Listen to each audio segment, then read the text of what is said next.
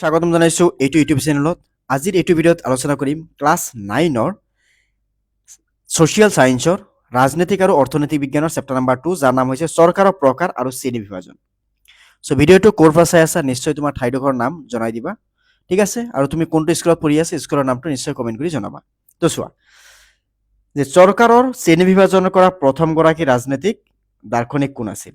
যে চৰকাৰৰ শ্ৰেণী বিভাজন কৰা প্ৰথম গৰাকী ৰাজনৈতিক দাৰ্শনিকৰ নাম হ'ল প্লেটো। বৰ্তমান বিশ্বৰ আটাইতকৈ জনপ্ৰিয় চৰকাৰ কোনবিধ? বৰ্তমান বিশ্বৰ আটাইতকৈ জনপ্ৰিয় চৰকাৰ হ'ল সংসদীয় পদ্ধতিৰ চৰকাৰ। সংসদীয় পদ্ধতিৰ চৰকাৰত থকা ৰাষ্ট্ৰখনৰ নাম লিখা ইংলেণ্ড। সংসদীয় পদ্ধতিৰ চৰকাৰত থকা চৰকাৰৰ প্ৰধান আৰু ৰাষ্ট্ৰপ্ৰধান কোন? যে সংসদীয় পদ্ধতিৰ চৰকাৰ প্ৰধান হ'ল প্ৰধানমন্ত্ৰী আৰু ৰাষ্ট্ৰপ্ৰধান হ'ল ৰাষ্ট্ৰপতি। ক্ষমতাৰ পৃথকীকৰণৰ নীতি কোন প্ৰকাৰৰ চৰকাৰৰ থাকে? যেটো ক্ষমতাৰ পৃথকীকৰণৰ নীতি ৰাষ্ট্ৰপতি চৰকাৰৰ থাকে। মানে কিছুমান দেশটো ৰাষ্ট্ৰপতিয়ে চলায়, কিছুমান দেশটো প্ৰধানমন্ত্ৰীয়ে চলায়। যেনেকৈ আমাৰ ভাৰতবৰ্ষ প্ৰধানমন্ত্ৰীয়ে চলায়, কিন্তু আমি যদি চাওঁ এতিয়া ৰাছিয়া যিটো আছে, ৰাছিয়াত কোনে চলায়? প্ৰেচিডেণ্টে চলায়। ইংলেণ্ডৰ যদি আমেৰিকা বা USA কোনে চলায়? এইটো প্ৰেচিডেণ্টে চলায়, ডোনাল্ড ট্ৰাম্পে চলাই আছে যেনেকৈ, ঠিক আছে? তাৰপিছত কি আছে? ৰাষ্ট্ৰপতি চৰকাৰ থকা এখন ৰাষ্ট্ৰৰ নাম লিখা আমেৰিকা যুক্তৰাষ্ট্ৰ চৰকাৰ। এক কেন্দ্ৰীয় চৰকাৰ থকা এখন ৰাষ্ট্ৰৰ নাম লিখা জাপান, মানে এটা কেন্দ্ৰীয় চৰকাৰ থাকে তাতে। যুক্তৰাষ্ট্ৰীয় পদ্ধতিৰ চৰকাৰত থকা দুবিধ চৰকাৰৰ নাম লিখা। যুক্তৰাষ্ট্ৰীয় পদ্ধতিৰ চৰকাৰ হ'ল যে যুক্তৰাষ্ট্ৰীয় পদ্ধতিৰ চৰকাৰ দুবিধ হ'ল কেন্দ্ৰীয় চৰকাৰ আৰু আনবিধ হ'ল ৰাজ্য চৰকাৰ। মানে আমাৰ যেনেকুৱা আছে, এটা কেন্দ্ৰীয় চৰকাৰ আছে, এটা ৰাজ্য চৰকাৰ আছে। ছুইজাৰলেণ্ডত কোন পদ্ধতিৰ চৰকাৰ আছে? যে ছুইজাৰলেণ্ডত যুক্তৰাষ্ট্ৰীয় পদ্ধতিৰ চৰকাৰ আছে। ভাৰতবৰ্ষত দ্বৈত নাগৰিকত্বৰ ব্যৱস্থা আছেনে? ভাৰতবৰ্ষত দ্বৈত নাগৰিকত্বৰ ব্যৱস্থা নাই, মানে ডাবল ভোট নাই, এটা ভোটে এজন মানুহৰ বাবে। বৰ্তমান সময়ত প্ৰচলিত বিশ্বৰ বিভিন্ন প্ৰকাৰৰ চৰকাৰৰ চাৰিবিধৰ কি কি? চৰকাৰ কি কি? বৰ্তমান সময়ত প্ৰচলিত বিশ্বৰ বিভিন্ন প্ৰকাৰৰ চৰকাৰ হ'ল এক কেন্দ্ৰীয় চৰকাৰ, যুক্তৰাষ্ট্ৰীয় চৰকাৰ, সাংসদীয় চৰকাৰ আৰু ৰাষ্ট্ৰপতীয় চৰকাৰ। তাৰপিছত কি আছে চোৱা, সংসদীয় পদ্ধতিৰ চৰকাৰ দুটা বৈশিষ্ট্য লিখা। সংসদীয় পদ্ধতিৰ চৰকাৰ পোনপ্ৰথমে কি লিখিবা? যে দুজন মুৰব্বী মন্ত্ৰী পৰিষদৰ সামূহিক দায়বদ্ধতা থাকে। সাংসদীয় পদ্ধতিৰ চৰকাৰ দুটাৰ দোষ আৰু দুটা গুণ চমুকৈ লিখা। যে সাংসদীয় চৰকাৰ দুটা গুণ হ'ল যে এই চৰকাৰ নমনীয় চৰিত্ৰৰ, এই চৰকাৰত কাৰ্যপালিকা পৰিৱৰ্তন প্ৰক্ৰিয়া সহজ। সংসদীয় পদ্ধতিৰ চৰকাৰৰ কাৰ্যপালিকা আৰু বিধানমণ্ডলৰ মাজত সুসম্পৰ্ক আৰু সহযোগিতা থাকে, ফলত যিকোনো সমস্যা আইনৰ সহায়ত সমাধান কৰিব পাৰি। তাৰপিছত কি আছে? সাংসদীয় চৰকাৰ দুটা দোষ লিখা। যে ক্ষমতাৰ পৃথকীকৰণৰ নীতি নথকাৰ বাবে সাংসদীয় পদ্ধতিৰ চৰকাৰত মন্ত্ৰী পৰিষদৰ হাতত বিধায়িনী আৰু কাৰ্যকৰী ক্ষমতা ন্যস্ত থাকে, যাৰ ফলত মন্ত্ৰী পৰিষদে এক নায়কত্ববাদী শাসন চলোৱাৰ সম্ভাৱনা থাকে। এনে শাসন ব্যৱস্থাত দলীয় প্ৰথাই বিশেষ গুৰুত্ব লাভ কৰে। দলবিলাকৰ মাজত থকা অন্তঃকন্দলে ৰাজনীতিক বিষাক্ত কৰে আৰু চৰকাৰক কাম কাজৰ ওপৰত বিৰূপ প্ৰভাৱ পেলায়। ক্ষমতাৰ পৃথকীকৰণৰ নীতি মানে কি? যে ক্ষমতাৰ পৃথকীকৰণৰ নীতি মানে কি? যে ক্ষমতাৰ পৃথকীকৰণৰ নীতি মানে হ'ল যে ৰাষ্ট্ৰপতিয়ে চৰকাৰৰ কাৰ্যপালিকা বিধানমণ্ডলৰ ওচৰত দায়বদ্ধ নহয়। দুয়োৰে স্থিতি সম্পূৰ্ণ স্বাধীন। বিধানমণ্ডলৰ সদস্যই কাৰ্যপালিকাৰ সদস্য হ'ব নোৱাৰে। সাংসদীয় পদ্ধতিৰে চৰকাৰৰ দৰে ৰাষ্ট্ৰপতি চৰকাৰতো কাৰ্যপালিকাৰ সদস্যই বিধানমণ্ডলৰ কাৰ্যক্ৰমণিকাত অংশ ল'ব নোৱাৰে। নম্বৰ 5ত কি আছে? ৰাষ্ট্ৰপতি চৰকাৰৰ দুটা বৈশিষ্ট্য লিখা। ৰাষ্ট্ৰপতিৰ নিৰ্দিষ্ট কাৰ্যকাল। যে ৰাষ্ট্ৰপতি চৰকাৰত ৰাষ্ট্ৰপতিজনৰ এক নিৰ্দিষ্ট কাৰ্যকালৰ বাবে নিৰ্বাচিত হয়।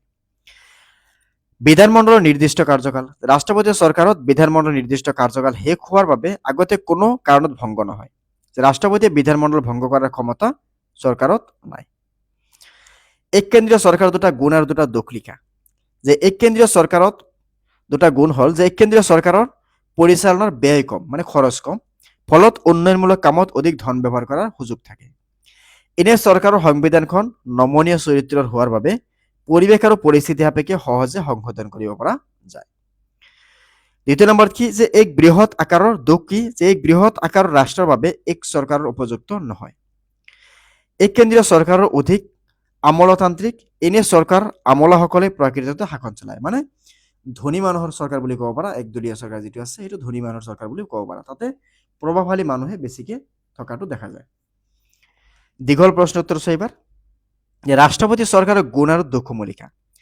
যে 1 নম্বৰত গুণসমূহ লিখিবা।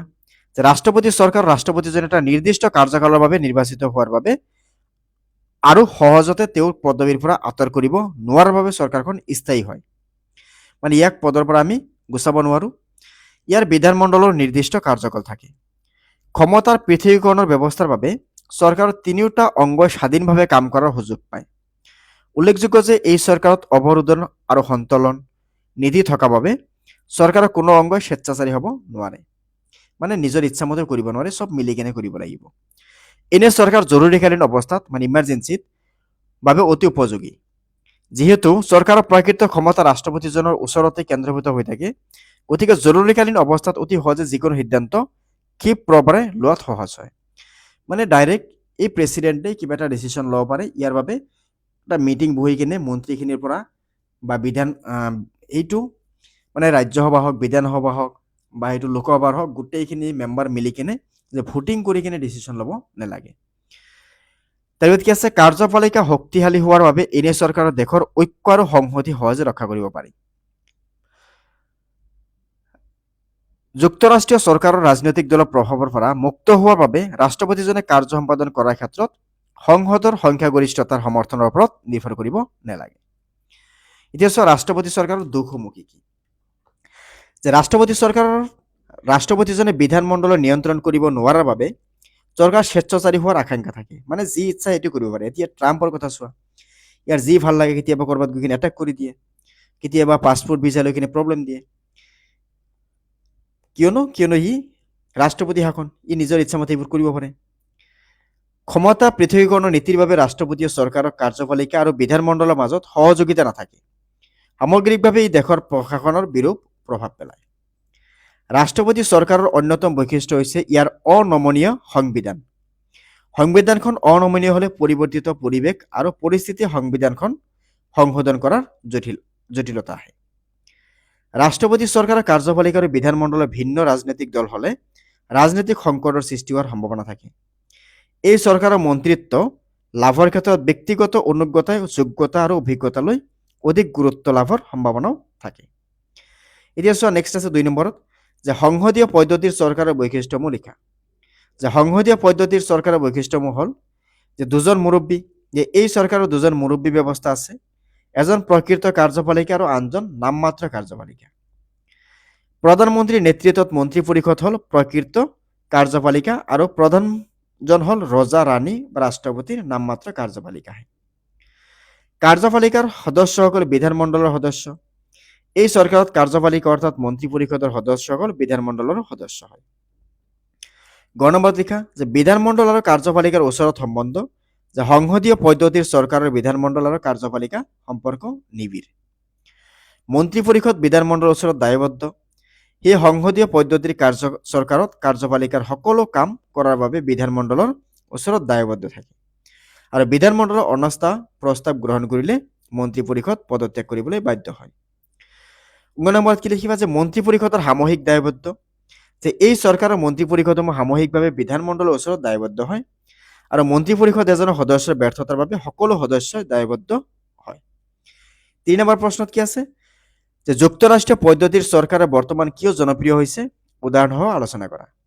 যে যুক্তৰাষ্ট্ৰীয় পদ্ধতিৰ চৰকাৰ বৰ্তমানে নাম্বাৰ 1, যে ক্ষমতাৰ বিকেন্দ্ৰীকৰণ। মানে কেন্দ্ৰীয় চৰকাৰ আৰু অংগ ৰাজ্যবিলাকৰ চৰকাৰৰ মাজত ক্ষমতাৰ ভাগ বিতৰণত যুক্তৰাষ্ট্ৰীয় চৰকাৰ প্ৰধান বৈশিষ্ট্য। ক্ষমতাৰ পৃথকীকৰণ, যে যুক্তৰাষ্ট্ৰত চৰকাৰৰ 3টা অংগ কাৰ্যপালিকা, বিধানমণ্ডল আৰু ন্যায়পালিকা নিজৰ নিজৰ কৰ্মক্ষেত্ৰত স্বাধীন, এটা আনটোৰ পৰিপূৰক নহয়। 3 নম্বৰ কি আছে, যে লিখিত আৰু দৃঢ় সংবিধান। যে যুক্তৰাষ্ট্ৰীয় চৰকাৰৰ সংবিধানখন হ'ল লিখিত সংবিধান। এই সংবিধানখন অনমনীয় দৃঢ় আৰু এই সংবিধানখন সংশোধন কৰা পদ্ধতি অতি জটিল। 2 প্ৰকাৰৰ চৰকাৰ। যে যুক্তৰাষ্ট্ৰীয় চৰকাৰ 2 ধৰণৰ চৰকাৰ থাকে, এবিধ কেন্দ্ৰীয় চৰকাৰ, আনবিধ ৰাজ্য চৰকাৰ। এই দুয়োবিধ চৰকাৰৰ নিজা নিজা সংবিধান থাকে। যেনেকুৱা ভাৰতৰ কথাই ক'ব পাৰা, দ্বৈত নাগৰিকত্ব, মানে দুটাকে নাগৰিকত্ব পায়। যে যুক্তৰাষ্ট্ৰীয় চৰকাৰ থকা ৰাষ্ট্ৰখন জনসাধাৰণে দুবিধ নাগৰিকত্ব উপভোগ কৰিব পাৰে। সমগ্ৰ ৰাষ্ট্ৰখনৰ নাগৰিক হোৱাৰ লগতে নাগৰিকসকলে বাস কৰা ৰাজ্যখনৰ নাগৰিক হিচাপেও সুকীয়া মৰ্যাদা লাভ কৰে। মানে ধৰি লোৱা অসমৰ কাৰণে এটা চিটিজেন, গোটেই ভাৰতবৰ্ষৰ কাৰণে এটা চিটিজেন, এনেকুৱা দুটা ভোটাৰ কাৰ্ড পাব। কিন্তু আমাৰ দেশটো তেনেকুৱা নহয়, আমাৰ দেশত এটাহে ভোটাৰ কাৰ্ড পাব, কিন্তু এইটো USA মানে আমেৰিকা যুক্তৰাষ্ট্ৰত সেইটো দুটাকে পায়। তাৰপিছত কি আছে 6 নম্বৰ স্বাধীন ন্যায়পালিকা। যে যুক্তৰাষ্ট্ৰীয় শাসন ব্যৱস্থাত এখন স্বাধীন আৰু নিৰপেক্ষ আদালতৰ ব্যৱস্থা থাকে, যিয়ে সংবিধানৰ চৰম কাৰ্যকৰ্তা আৰু অভিভাৱক হিচাপে দায়িত্ব পালন কৰে। এনেবোৰ কাৰণত যুক্তৰাষ্ট্ৰীয় পদ্ধতিৰ চৰকাৰৰ বৰ্তমান কিয় জনপ্ৰিয় হৈ উঠিছে? ঠিক আছে, তেনেবোৰ কাৰণতে বৰ্তমান জনপ্ৰিয় হৈ উঠিছে। কিয়টো কাটি দেবা, জনপ্ৰিয় হৈ উঠিছে। 4 নম্বৰত কি আছে? এক কেন্দ্ৰীয় চৰকাৰৰ বৈশিষ্ট্যসমূহ লিখা। এক কেন্দ্ৰীয় চৰকাৰ। যে 1 নম্বৰত কি লিখিবা? শক্তিশালী আৰু কেন্দ্ৰীয় চৰকাৰ। যে এনে চৰকাৰ সংবিধান সকলো ক্ষমতা কেন্দ্ৰীয় চৰকাৰৰ ওচৰত ন্যস্ত কৰে বা থাকে, ফলত ই কেন্দ্ৰীয় চৰকাৰৰ স্থিত আৰু অতি শক্তিশালী হয়, মানে ডিচিশ্যন নিজে ল'ব পাৰে। লিখিত অথবা অলিখিত সংবিধান। এক কেন্দ্ৰীয় চৰকাৰত সংবিধানখনত লিখিত বা অলিখিত হ'ব পাৰে। উদাহৰণস্বৰূপে ইংলেণ্ডৰ সংবিধানখন অলিখিত আৰু নেদাৰলেণ্ডৰ সংবিধানখন লিখিত। একক নাগৰিকত্ব। যে একক নাগৰিকত্বৰ এক কেন্দ্ৰীয় চৰকাৰৰ প্ৰধান বৈশিষ্ট্য। যুক্তৰাষ্ট্ৰত থকাৰ দৰে দ্বি নাগৰিকত্বৰ ব্যৱস্থাই ইয়াত নাই। দুৰ্বল ন্যায়পালিকা। যে এক কেন্দ্ৰীয় চৰকাৰত আইন সভাৰ প্ৰাধান্য পৰিলক্ষিত হয়। আইন সভাই প্ৰস্তুত কৰা আইন সমগ্ৰ দেশৰ বাবে প্ৰযোজ্য হয়। তেনে আইনৰ ওপৰত ন্যায় পুনৰীক্ষাৰ ব্যৱস্থা নাথাকে। আইনসভাই প্ৰণয়ন কৰা আইনে ন্যায়পালিকাৰ অসাংবিধানিক বুলি ঘোষণা কৰিবও নোৱাৰে। মানে ন্যায়পালিকাৰ হাতত ইমান এটা কাম নাথাকে। নমনীয় সংবিধান। যে এক কেন্দ্ৰীয় চৰকাৰৰ সংবিধান সাধাৰণতে নমনীয় হয়, মানে দুৰ্বল হয়। এক কেন্দ্ৰীয় চৰকাৰৰ সংবিধান সাধাৰণতে নমনীয় হয়।